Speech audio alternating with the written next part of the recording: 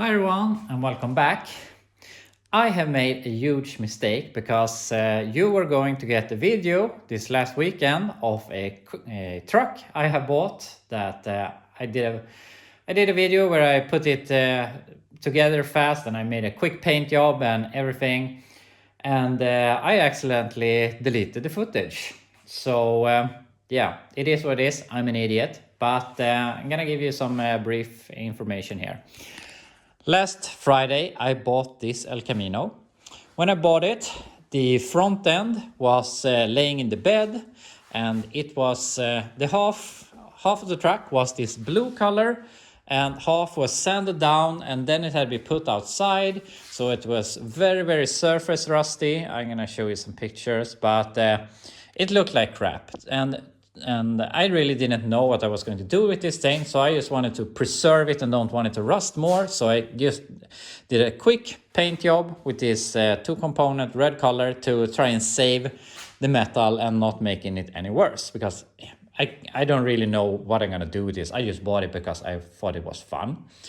So that's what has happened. I put on the front end and I have painted it red.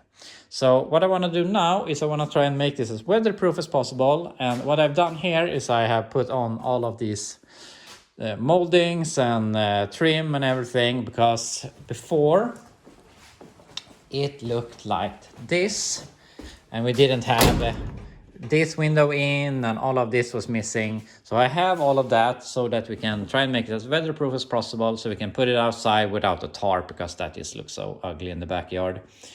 I have also, it was just full of most of the parts were in the truck and it looks like crap. So I cleaned that out so we can vacuum this, and I put everything in the bed. And now I'm going around and looking what is missing and whatnot. So I think we have, it's basically complete truck besides engine and transmission and unfortunately the passenger seat. So it's a very complete truck, and it's a very solid. It has no rust repairs, and it's really solid in the rear quarters. It has a big dent here, and on the other side there's a small patch, but that's the only rust they have repaired. It has a little bit of rust in the bottom of the doors, but other than that, it's really solid. No rust in the floors, no rust in the front fenders, no rust in the other quarter. It's a really solid truck. And yeah, as I said, I don't really know why I bought this. I just thought it was something fun. I paid $1,000 for it, so I mean it wasn't an economical nightmare to buy it. So it was fun. I don't know what we're gonna do with it, but I think now it starts to look a little bit nicer. I might in the future paint the bed black so that it looks a little bit better, but yeah. Anyway, what we're going to be doing is we're going to put as much of this on the truck. So I'm going to go ahead and continue. I'm going to vacuum out the truck, and then I'm going to start assembly all of the rubber moldings and everything on the passenger door. Now it looks a lot nicer that we vacuumed it. I'm going to clean the dash and the seat a little later when I feel that's a little more important. Now I want to get the gaskets and plates, that stuff, so that it is weatherproof. I put on the drip rail molding, I put in the sill plates. So yeah, it's coming along, and it's so nice that everything is just in the bed. I can just pick out the parts. Nothing seems to be missing so far. So that's really nice. So yeah, I'm gonna go ahead, put in the window and the seal here, and then we can continue with something else. Now I have the window in, all of the seals. So now it is as weatherproof as we can make it. I mean, these weren't really weatherproof when they were new, but all that is in place. I also went ahead and put in all the interior panels that I had, all of these just loosely, so they are in place. The only thing we seem to be missing is this cover here, which I assume is some sort of fabric, not a hard plastic cover, because you're supposed to be able to reach this area.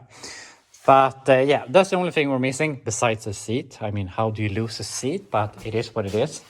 So yeah, we're done here for now. And I also put in the sill plate and the small plastic panels on this side. So the only thing we have to do now to the interior is the door panel. So I'm gonna go ahead and see if I can put them together, because they seem to be in multiple pieces kind of deal. So yeah, we'll see how it works. got the door panels on. Wasn't as hard as I thought it would be. If it was a little bit better weather outside, I would take this out and just pressure wash the whole interior to get it clean, because it's this nasty mold. But I guess we have to do it with some cleaning wipes or something. But anyway, the interior is as done as it's going to be. I'm gonna clean it a little bit, but I'm gonna leave it for now. And I'm gonna see if I can get these things on whole way around, and I'm gonna see if I can get the windshield trim in. So we'll see if we can fix that. I managed to get this trim on, and it was already drilled for screws instead of the clips, so I just went ahead and put it on like that. And they're bent, they're really bad, but they're in place. And the only thing I'm really missing is this corner, unfortunately. So that's the first thing I really felt that I didn't have. Anyway, all of this is together. I also put on the front windshield trim, which is like barely holding on, but it is there. And I think it looks really nice now that we have some trim, because it doesn't look like a freshly painted car. It looks like more of a complete car. And since the only place I haven't looked for that corner was in the glove box, so I went ahead and got that open, and we had no trim piece, but we had the original instruction manual, and here it says 1980, so maybe this is a 80. The previous owner said 79, but I think they look pretty much the same. So that's pretty fun. They are always missing. And I also found this. This is an old Finnish coin. This car is imported from Finland to Sweden, and they stopped using this for quite a while. So it was this truck has probably been sitting for quite a while. So yeah, anyway, also I took a phone call in between, so I went ahead and just cleaned the door panels and the steering wheel as good as possible. Or it's a bit, now I can hold the steering wheel without feeling grossed out. So it's looking rather nice. It's a nice maroon color, and it goes pretty good with the new red exterior. I think this truck has been silver from original, but anyway. Actually also found the hood ornament, so that's in place. So yeah, I think this really starting to look really nice. The only thing that bugs me now is that it's sagging so much in the rear and it's so high in the front. So I'm gonna see if we can do anything about that. I don't think I'm gonna pull the springs. We might, but otherwise I just wanna get it level, get it a bit higher in the rear, so it looks a little bit better than this squat. So let's see what we can do. We got it up on some jack stands, and I realized a few things. The wheels are totally loose, and this is really hard, but if I turn this backwards, we can see that it turns backwards on the other side, which indicates that this is either a limited slip, or what is probably more likely, this is welded. So I might as well remove the cover to see if it's a limited slip or if it's a Lincoln locker, as you in America calls it. Here in Sweden we call it an aga diff. It has a bunch of different words, but anyway. Also, you can see these springs that they have. And I mean, there's a bunch of strange things. This thing, I'm really sure it's not original. These spring perches, or what I want to call them, spring things, are not original. These things, I don't know what they are for. So yeah, the rear axle, there's not even a nut here. Not over there either. So yeah, this rear axle has obviously been out of this. So yeah, I'm gonna go ahead, change these springs because they're really weak to the original springs. Whoa! I was not expecting that. Holy shit. So that spring was already loose, but now this dropped down. Yeah, that scared the hell out of me. So yeah, I'm gonna remove these springs, put in the original springs, and see if we can get it to be any higher. And we're gonna remove the cover and see what we have in here. So I got the springs out, both sides, and I have to raise the truck a little more so that I can get the old ones in. And I actually think that this will be a little raised if you can comparing it to original, because I think the spring is supposed to be here, but now it's going to be up here, so about an inch higher. But for now, that is how it's going to be. And I removed the cover, and there was no oil, and it is obviously welded. So this car has obviously had a previous life with, what do I want to call it, other purposes, but yeah, it is what it is. I'm just gonna go ahead, put the cover back on. I don't think that this has been driven without oil, but for some reason they have removed the rear axle and maybe welded it and put it back and never got it running again. I don't know. But yeah, I'm gonna put the cover back on. I'm gonna raise the truck a little more so that I can get the springs in and yeah, dump it down on the ground. Springs in place. I have not filled any oil in the rear axle. I don't think it's gonna take any damage by just rolling around here in my backyard. We're not gonna be driving it. So yeah, just gonna put it down on the ground.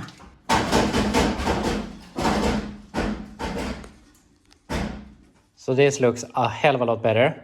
Obviously it's higher in the front, but I mean, it doesn't have an engine in the front. And I was thinking it's gonna be a little bit higher in the rear. I would think that this was about stock height, but I'm not sure how low these were originally. If I were ever to come to a point where I were trying to make this drivable or making it drivable, I will probably lower it pretty much or quite a lot, because I think these need to be quite low to be cool. If you're wondering what the sound was when I was lowering the jack, is that this fender hits, or this wheel hits this fender for some reason. I'm not sure if it gets down a bit, maybe it goes more here in the wheel well, or it has to be pulled out or something. I don't know. But anyway, I don't think there's anything more I would like to do on this right now. So I'm gonna go ahead and pull it outside and see how it looks out in the sun. We got it outside here. Has some issues with my forklift. The propane is freezing just because it is so cold today, and I got stuck here on my little rock here because it doesn't have any suspension. So once one wheel is in the air, you don't get anywhere. But yeah, we managed to fix it, and I unfortunately already made a little damage to it. I had it up on the forks, and I was reversing and I braked, and it slid on the forks down into this part and made a little scratch there, but who cares? But anyway, I think it looks really, really good compared to what I drug home the other day. And getting the trim here on and all the rubber and everything here, it just made it look more of a truck than a project. And yeah, I think it looks really good. I'm happy that I was contemplating if I was going to paint it gloss black or red, and I'm really happy I went with red. Some color here in my backyard. So yeah, I also went ahead and I cleaned out the bed as good as I could. And look at this tailgate. It is the worst tailgate I have ever seen. I don't know. They have obviously been having a lot of stuff in the bed, not tied up, and hitting the pedal to the floor a few times. But I got all of the parts in here, so it looks a bit more tidy up. So I'm not really sure what the future will be with this truck for me. This is not a El Camino I've ever been longing to have. I like the second generation 68 to what am I saying? Not the second, it becomes the third generation, whatever, the 68 to 72 model years. I really like 68, 69. My first car was a 69 El Camino, so I would really like to have one of those, but this model year, not a model I've been wanting to have. So actually, one of my viewers here in Sweden has already made some interest in it, so I'm gonna get a confirmation by tomorrow if he wants to buy it or not. So yeah, we'll see if it stays, or if it goes. I don't know right now. But anyway, that will be all for the El Camino for now. So unfortunately, we're running out of time here for today. So I'm gonna head and just clean up my garage a little bit. And then tomorrow, we're gonna work on my K1500 a little bit. So see you tomorrow.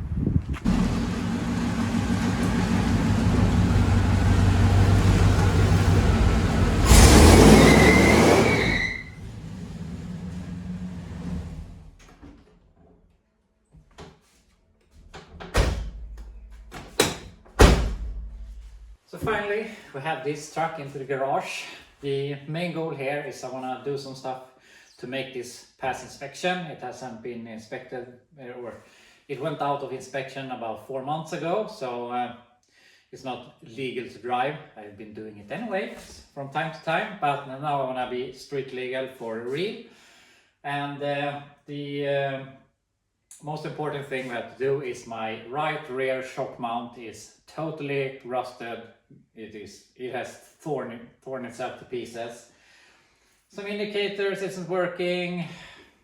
I know the output shaft on the transfer case is leaking, and yeah, a lot of small stuff that we have to look at. So yeah, I'm gonna go ahead and do that. For those of you that don't know, this truck is very special to me. It is known as Spiguppen because when in 1989 my dad bought this thing brand new. They had a contracting company back then, and yeah, this was his working vehicle. He was working with what do you call it, diamond drilling, taking holes up in concrete walls and stuff like that. But anyway, then 2 years later I was born and I rode around with him in this thing. So this is my first experience with Chevys, with trucks, and yeah, it basically was the start of who I am today. So this truck is very special to me. I'm never going to sell it. So yeah, I don't want to restore it, because if I restore it, I won't dare to use it, because I don't want to put dents and stuff like that in it. So I just want to keep it rolling. But anyway, enough talking, let's start working. So we have some stuff we have to do, and first of all, but one of the things we have to do is we have to fix this indicator, because for those of you that live in America probably don't understand why there are amber indicators on the side of the truck.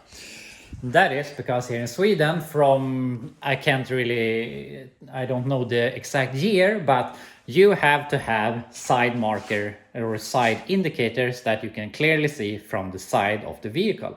So every American car from whatever year it is, I can't remember right now, has to have side marker lights. So if you see, I think this is pretty general in Europe, but if you see a Chevy truck in Europe and you see that it has amber or orange side indicators, it is because it is mandatory to have here. It's pretty ugly, but it's just something we have to deal with. So I have to fix an indicator over there, not a big thing. The biggest thing that we have to fix is this thing. You can see my shock mount is totally rusted through. The shock is totally loose. The bolts are sitting still in the shock.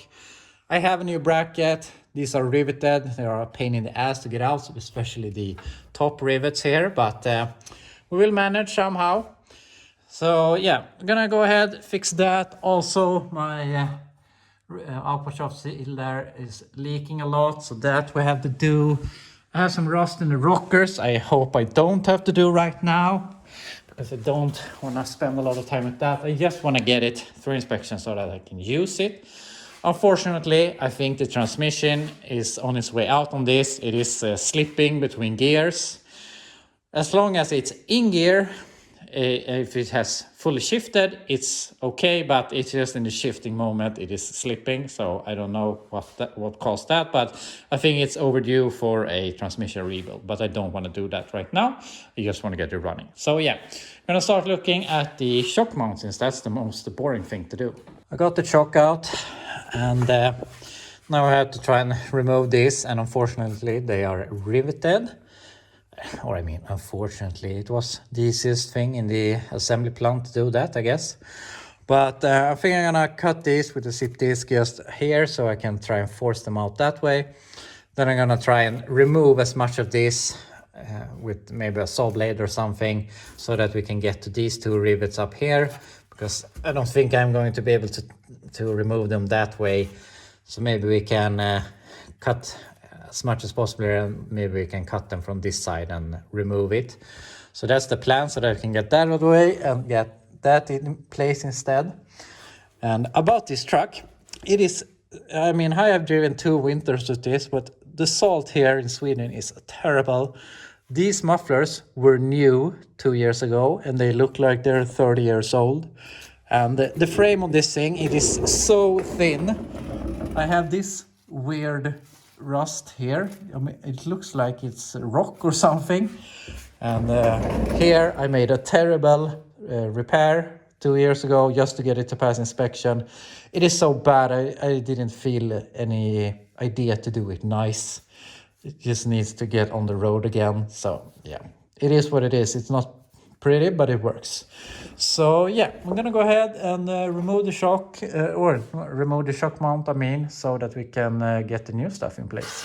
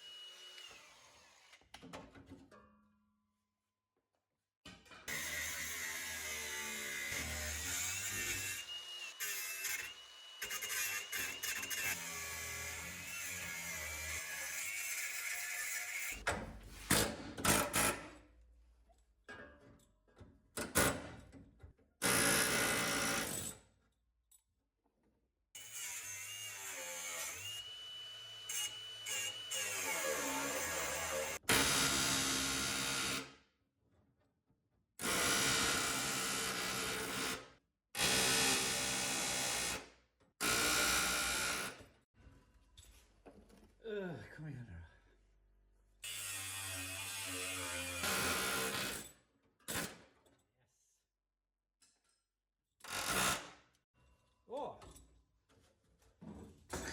Finally, we have all of that gone. So I'm gonna bolt in the new bracket, and I mean, I would like to paint rust proofing it and making it a little bit nicer, but the frames are dirty and the whole frame needs to be painted anyway. So my plan right now is when it gets a little bit warmer outside, I'm gonna lift this up a little bit. I have some very tall jack stands that I can have outside. Then we can pressure wash this whole thing on the underside and do some sort of rust prevention. I'm not sure if I'm gonna do some painting or if you're just gonna spray it with some undercoating or oil or something, but yeah, I'm gonna do that a little bit later. So for now, I'm just gonna bolt in the bracket and then we can just bolt in the shock, and we will have one thing checked off the list. So I found some nice bolts and nuts and was going to bolt this in, and I realized that this is the left side and not the right. So I thought they were the same on the right and left, but they differ from side to side. They even differ from two-wheel drive to four-wheel drive. So yeah, we have no use of this, and this is the only side I have. If I were smart and checked that before, I could have repaired the original. I mean, it wasn't good, but it was repairable. But that is out of the question now. So I need to buy a new one. If I want to buy it here in Sweden over the counter, it is $250. It is $60 on Rock Auto, but since with shipping and taxes and everything, I can have one at my door for $130.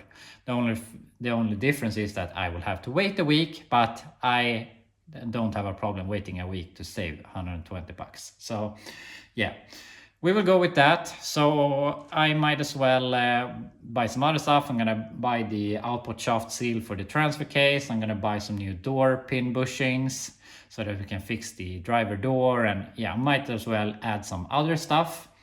So yeah, we're gonna pause the shock mount for now. So yeah, we can do some other small stuff. I'm gonna do some look around, but we might as well fix this and do what we can while we have it in the garage. So I'm gonna go ahead and fix the side indicator here, and it's very easy. I mean, I have all the cables and I know that they work. The problem I had was that this thing is a mess. It has a bunch of connectors. It is rusted here on the inside. They have made a ground strap here on the outside, and yeah, it's a mess. So luckily, I bought a truck a few years ago, and it came with a box of parts, and in it was two identical indicators. And I mean, we are used to this, and since this truck is so new in Sweden, it has always had a pair of these. So I think it's a bit to the charm of it. And just a little interesting information. All our trucks have cut wiring, connectors everywhere, because we are not allowed to have white indicators in the front. So we need to have orange indicators. And I believe, correct me if I'm wrong, but I don't think that you have these orange marker lights here in the grill. I think this is a European only, and I think it was only 88 to 89. They're insanely rare. I'm very afraid that I'm going to break them. So yeah, I believe that you don't have this over in the US, but correct me if I'm wrong. And the way it works for me is that if we put on the warning and the hazards and we put on the parking light, you can see that in our case they moved the parking light up to the headlight, and I have indicators the whole way here. And it differs from truck to truck because everyone did it in different ways, but this is how it's done on this. So yeah, unfortunately we have a lot of problems with this because they cut all the wires, they put on connectors, the connectors break, and stuff like that. So we have a lot of problems with light stuff stop working. And also for the rear, since you over there have red indicators in the back with the brake light, the most common thing to do here in Sweden is that we ignore the reverse lights and we put the indicators in the backup lights instead, which I have on this. And yeah, you just have a bunch of problems with it. That's what I want to express. But anyway, I'm gonna go ahead and fix that little small indicator, and then we can continue with something else. So I got the indicator in place and it's working. I mean, it wasn't rocket science, but I've gone all around the truck and all the indicators are working. So now I'm gonna look at this, and since I got to inspect this, and it's a pretty, I don't want to call it silly, but you can get an what do you call it, a fault, or what, I can't really find the words, but for having a miscoloration in the brake fluid. And I got that when I inspected my 2007 2500 Suburban, and they just said, well, you can just suck it out and fill in some new brake fluid just so the reservoir is clean. And so that's what I did, and they let it pass. So I'm gonna go ahead and do the same thing here, just suck out the brake fluid here and fill up with some new. And I mean, I could change the whole system, but the brake fluid in this truck isn't that old, because just a few years ago, like 3 years ago, we went through the whole brake system on this back and forth. So the brake fluid isn't old.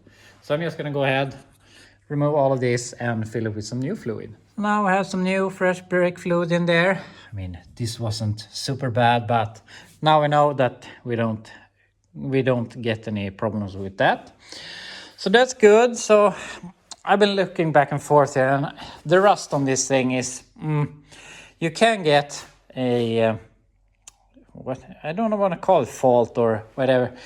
You can have problems passing the inspection with rust, of course, but stuff like this isn't a super big problem. The problems, if they, with wheel arches, they can say that you have sharp edges and you get a fault for that. So I think I'm gonna tape the right front when we're going in. But I also saw that this spring hanger is pretty bad. The other side is better. So I think I'm gonna go ahead and might as well fix this now so that we don't get any fault on it. And yeah, I think it will be good to fix it either way. So I'm gonna fix that.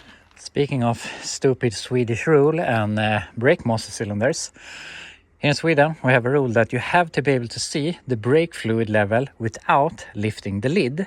So on a lot of older cars with master cylinders like this, we have these aftermarket sight glasses, so that, I mean, we can see there is some brake fluid here in the rear reservoir.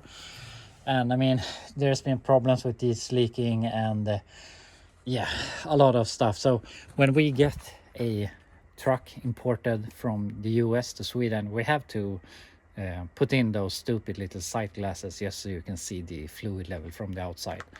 So yeah, it is what it is. But anyways, here's some fun information for you all. So I took the wire wheel and cleaned it off, and obviously it's pretty bad. But my plan is I'm gonna do some reinforcing, something like this that we can weld on. And I'm also gonna make a piece under here. It's not gonna look pretty, but it doesn't really matter.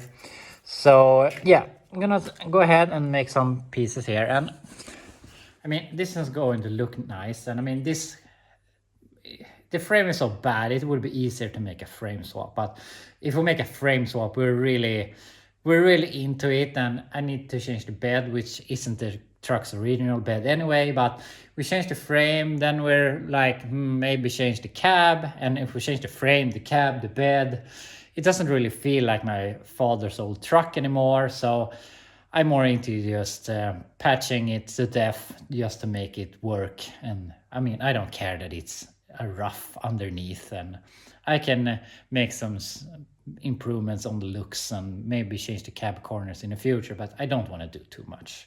I just want to drive it. So yeah, I'm gonna go ahead, cut up some pieces and weld them in. Here we have it. Not beautiful, but it's going to pass inspection. So I'm gonna fully weld this, drill a hole here for the dirt to pass through, which obviously it didn't before, but I mean, it couldn't be worse anyway. So I'm gonna drill that, then we can paint this and just put on the nut again, and then we're done. So here, the shackle spring hanger is done. I think it looks okay.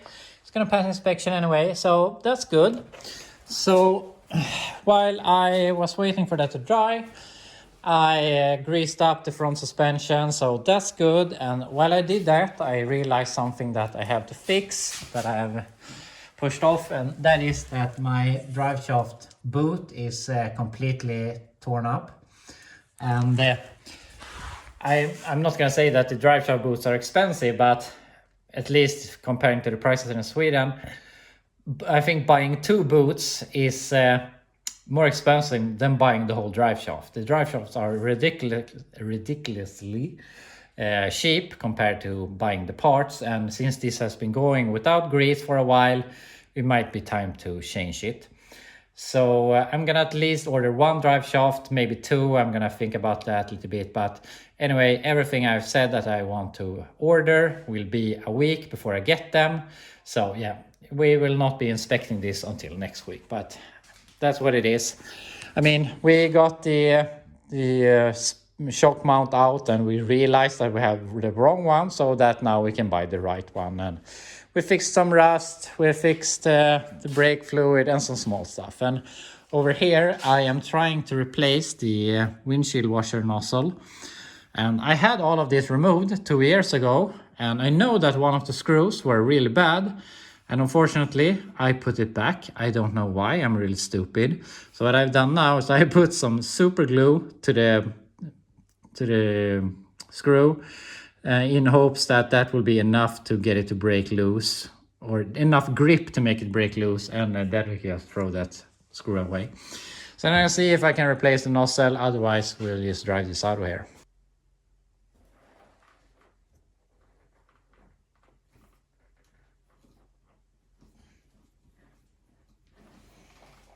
So unfortunately that didn't work, and it passed inspection last year with only 1 working nozzle. So I'm gonna hope that it passes this year also, because to get this off I would have to break it, because the screw is like almost an inch down in the hole, and I can't reach it in any good way without breaking the plastic, which I don't want to do right now. So yeah, gonna go ahead and drive this out of here and be done for now.